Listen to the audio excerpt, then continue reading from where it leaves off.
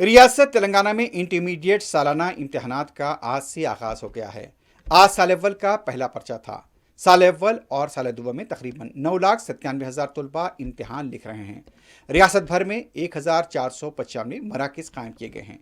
तेलंगाना की हुकूमत ने तलबा की सहूलत के लिए गैर मामूली इंतजाम किए हैं। खुसूसी बसें भी चलाई जा रही हैं। इम्तहानी मराकज़ के पास CCTV कैमरे लगाए गए हैं और इम्तनाई अहकाम भी नाफिज किए गए हैं। हुकूमत ने 5 मिनट की ताख़ीर पर भी तलबा को इम्तहान लिखने की इजाज़त देने का ऐलान किया था। इंटरमीडिएट के इम्तहानात 18 मार्च तक जारी रहेंगे।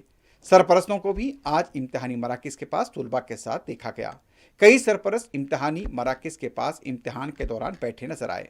पुलिस का भी वसीतर बंदोबस्त नजर आया।